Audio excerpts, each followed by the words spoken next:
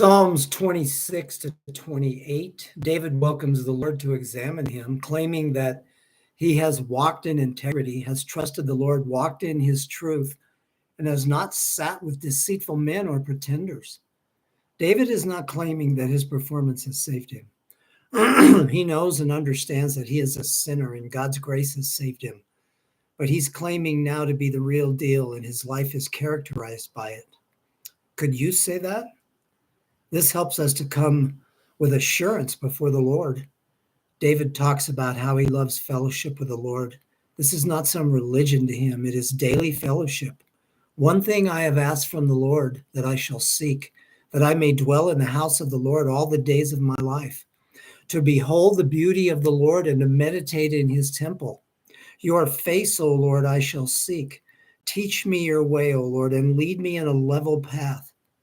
I would have despaired unless I had believed that I would see the goodness of the Lord in the land of the living. Yes, me too.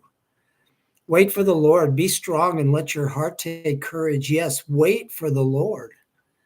David says his father and mother have forsaken him, but the Lord steps in that place. Has someone forsaken you? The Lord wants to step into that place.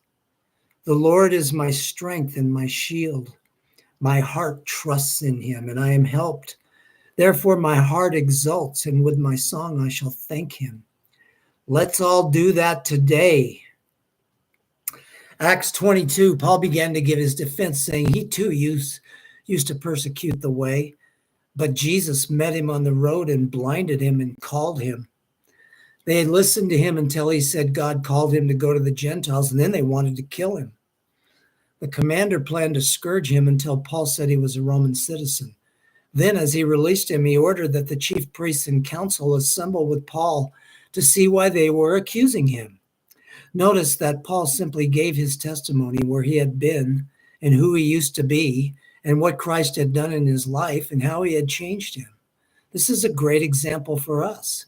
May we be willing to talk about who we used to be in our BC days before Christ and how Christ has changed us. We should ask the Lord to show us how to do this in a brief, sufficient, clear, and concise manner. People will listen only so long. We will lose the attention of listeners if we ramble on and on and on in our testimony. I think it's okay to talk about some of the BC days, but the primary focus should be on salvation and the power of Christ in our lives.